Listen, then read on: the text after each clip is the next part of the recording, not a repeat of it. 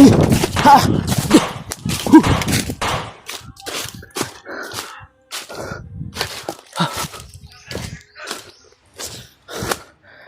Ayun mga tol. Hinahabol ako ng mga bandido mga tol.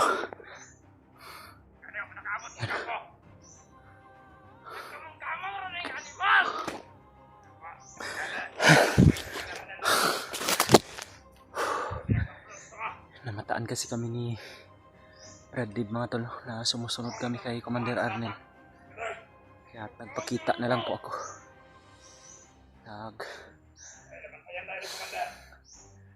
Nagpahabol ako sa mga tauhan ni Arnel mga tol. At si Brad Dib naman po ay nagpaiwan doon para makapag-focus siya sa pagsunod. Dahil ang pagkaalam nila ay ako lang po isa ang nagsusunod sa kanila mga tol. Kaya dito nagpahabol ako sa mga tauhan ni Arnel. Dito mga tol, sinusundan ako nila. Sana po ay hindi makita si Brad Dib doon sa pagsunod kay Commander Arnel mga tol. Dahil ako po yung nagpahabol. Dahil sa pagkakaalam nila ako lang po nag-iisa ang sumusunod sa kanila. Hindi nila alam na dalawa kami ni Brad Dib. At si Brad Dib naman po mga tol ay nagpaiwan doon para hindi na namin kawala pa sa mga paningin namin. Yan. Mga bandido. Buti na lang nakapagtago ako dito. Yan sila mga tol. Sana po mga tol magtagumpay kami sa plano namin ni Brad Dib. At sana po hindi na siya mamataan doon. Dahil nakita po kasi kami ni Commander Arnel mga tol. Ako parang nararamdaman niya may sumusunod talaga. Kaya naisip ko na lang nakipag-usap ako kay Brad Dib na magpahabol na lang ako sa mga bandido na tauhan ni Arnel. Yan. Marami yan sila kanina mga tol. Natumba ko na yung iba. At itong dalawa na to ang malalakas sa grupo nila. Mga kanang kamay to ni Commander Arnel.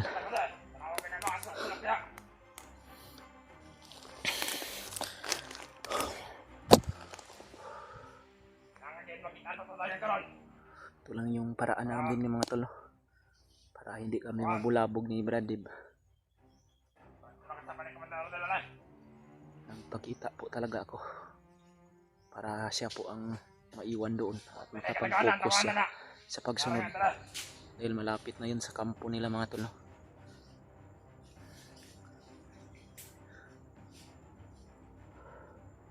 Sana makakita na ni Brad Dib yung mga bata namin doon at magsisend lang siya ng location sa akin mga tol pag nakita niya na. At babalik din agad ako doon. Liligaw ko lang muna tong mga tauhan ni Arnel para nasa isip talaga nila ba na wala nang sumusunod sa kanila. Ang hindi nila alam, dalawa pala kami ni Brad Dib at si Brad Dib ay naiwan doon at ako po'y makikipaglaban dito sa mga tauhan niya at mag-iingat din po ako mga tao.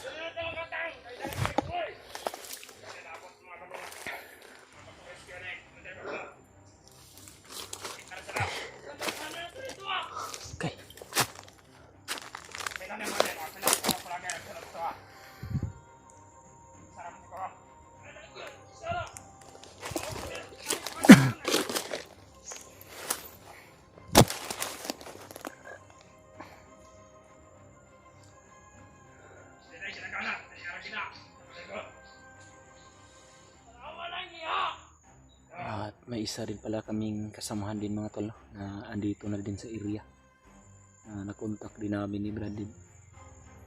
Yun po ay walang iba naman po mga tol, si G-Ward po, yung bayaw nila Kuya Bats at ni Brother Rimard. Nandito po siya sa area na rin ito mga tol. Dahil nakontak po namin siya mga tol. Nakapasok na po siya dito sa area na ito. Nagpapasalamat naman po kami mga tol. Dahil handa po siyang tumulong sa amin ni Brad Dib para sa kaligtasan ng mga anak namin. Dahil napakaraming problema po ngayon mga tol. Lalong lalo na si Brad Easy. Nahuli siya ng mga bandido at ngayon po ay hawak siya ni Commander Bagnot. Mayroon pong nakapagsabi sa akin mga tol na maka-hypnotize daw ni Bagnot si Easy. Kaya napakalaking problema po talaga to.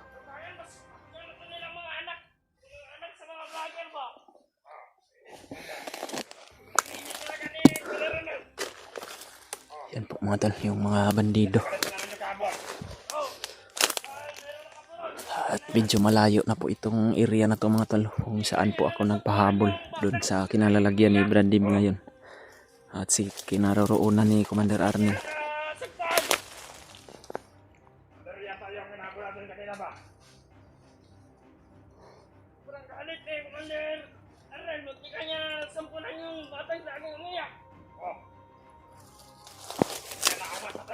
Okay.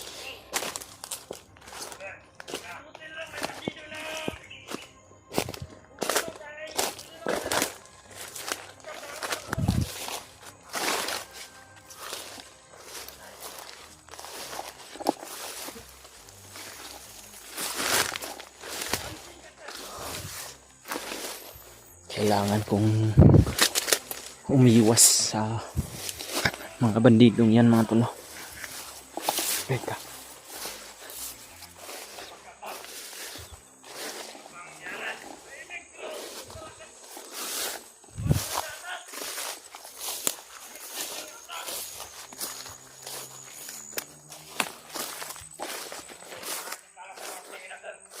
May mga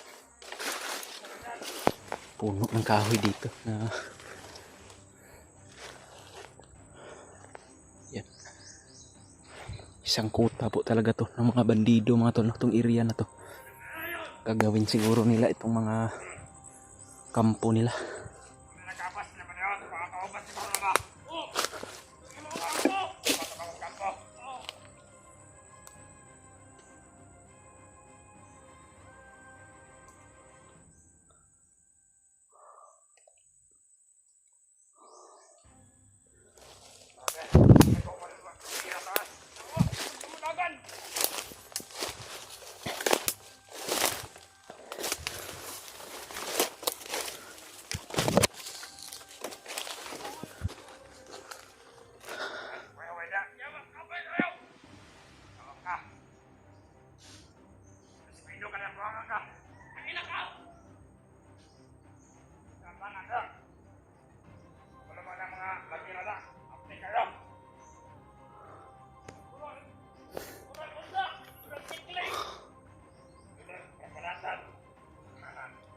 Marami sila dito mga tol.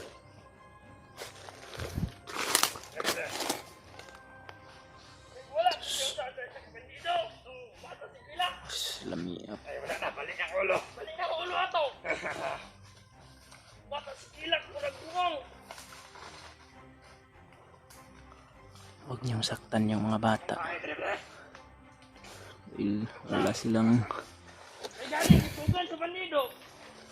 Wasta ah.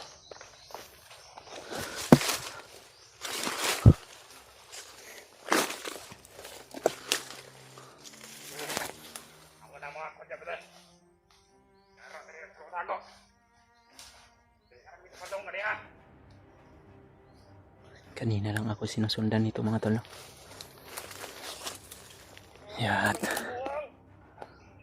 Hindi to magtatagal sa akin. Tatapusin ko tong dalawang to. Baka mahuli pa nila ako.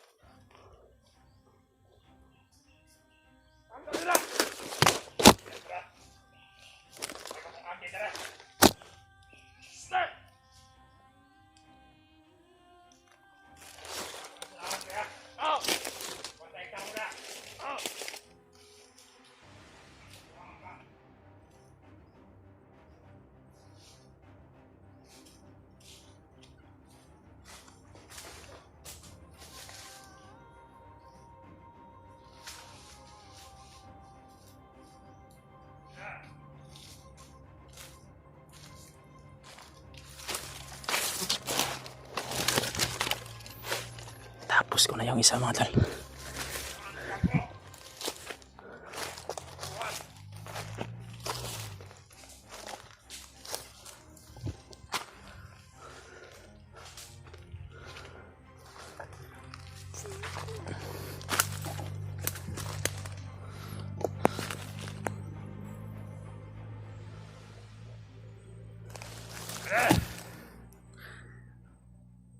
Hindi na sumasagot yung kasama niya dahil tinapos ko na. Ito na lang yung isa. At babalik na ako dun sa area kung saan sila Bradib.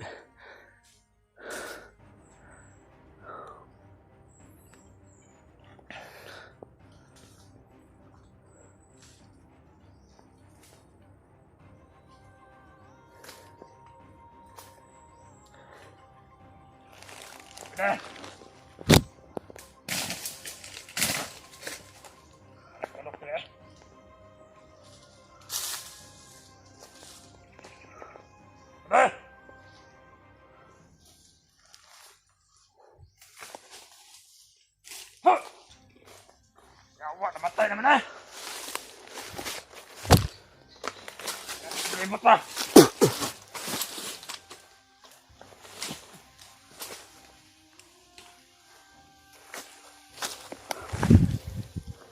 Yan ang babagay sa inyo, mga hayop kayo. Yan, tapos ko na yung dalawang sumusunod sa akin mga tolo. Kaya kailangan kong gawin ngayon. Ibabalik po ako dun sa pinanggalingan ko. Kailangan ko makabalik doon para magkita kami ulit ni Bradib. Delikado yung kalagayan niya ngayon doon. Nag-iisa na lang siya doon.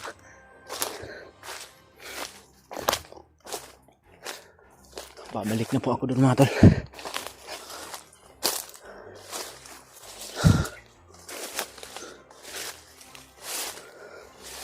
Kailangan ko lang mag-ingat dito mga tol. Para hindi din ako mapahamak. Ito yung mga ginagawa nila dito sa bundok mga tol.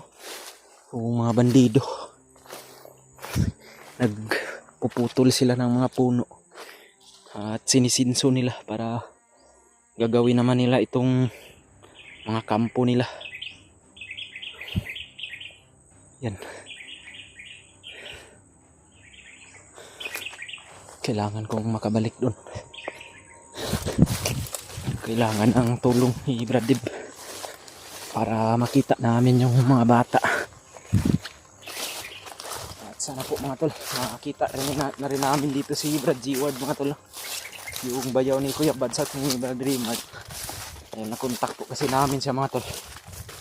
Kaya patungo na siya dito sa area. Baka andito na rin siya.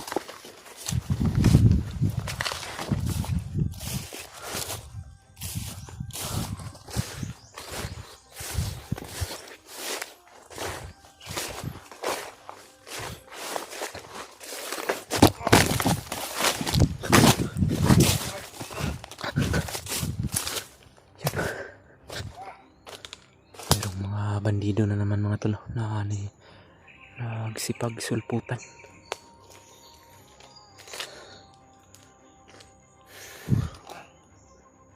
Mga bagong dating to mga tol.